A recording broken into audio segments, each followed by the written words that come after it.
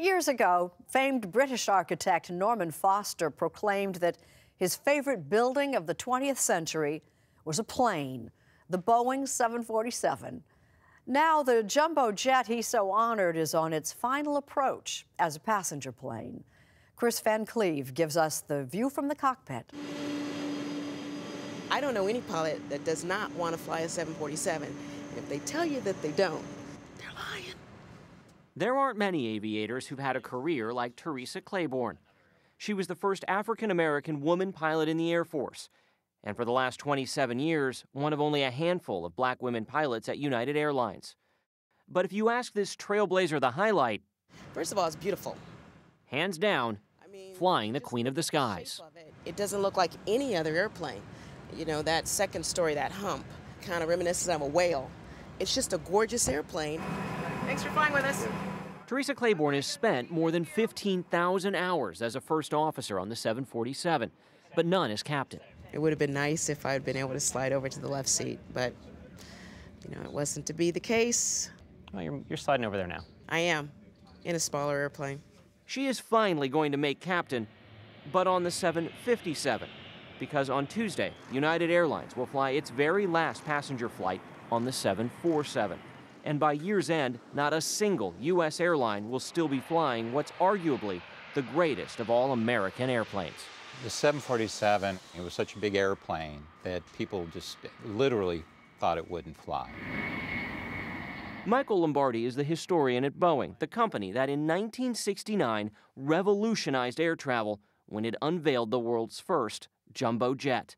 The prototype is now on display at Seattle's Museum of Flight. When it first came out, it was twice the size of the next biggest airplane.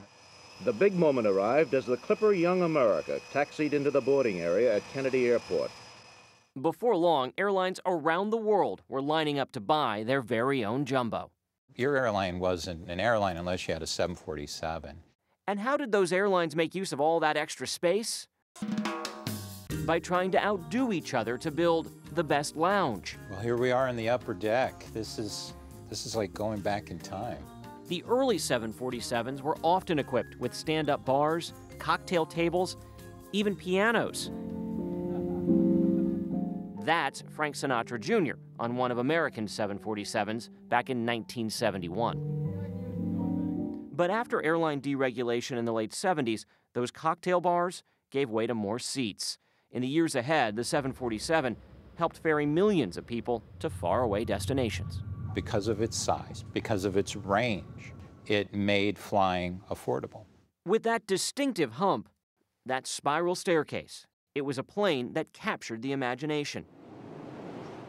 Its 4 engines carried the space shuttle across the country and 5 U.S. presidents around the world, a beacon of American ingenuity. But that same American ingenuity has built newer, more fuel-efficient twin-engine planes.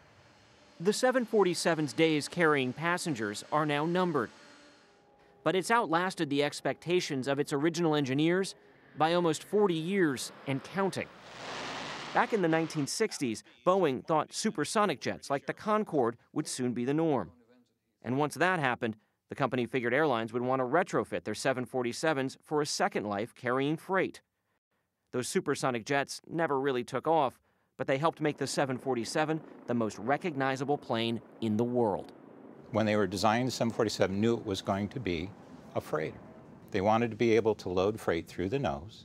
So to do that, they moved the flight deck up on top of the fuselage. And that's how the 747 got its hump.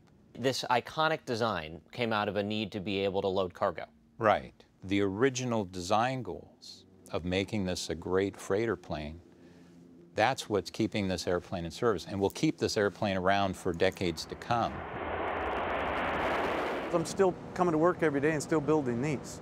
When Paul Chamberlain joined Boeing in 1990, the company was cranking out 6 747s a month at its production facility north of Seattle.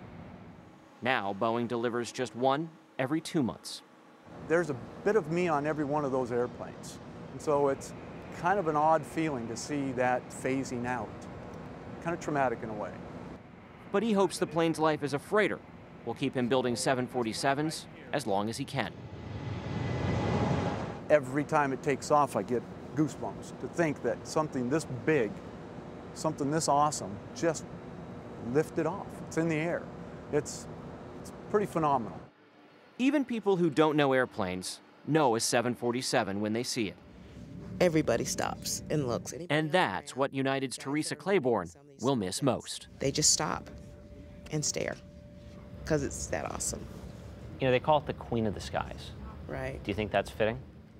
Well, between you and me, I used to call it the king.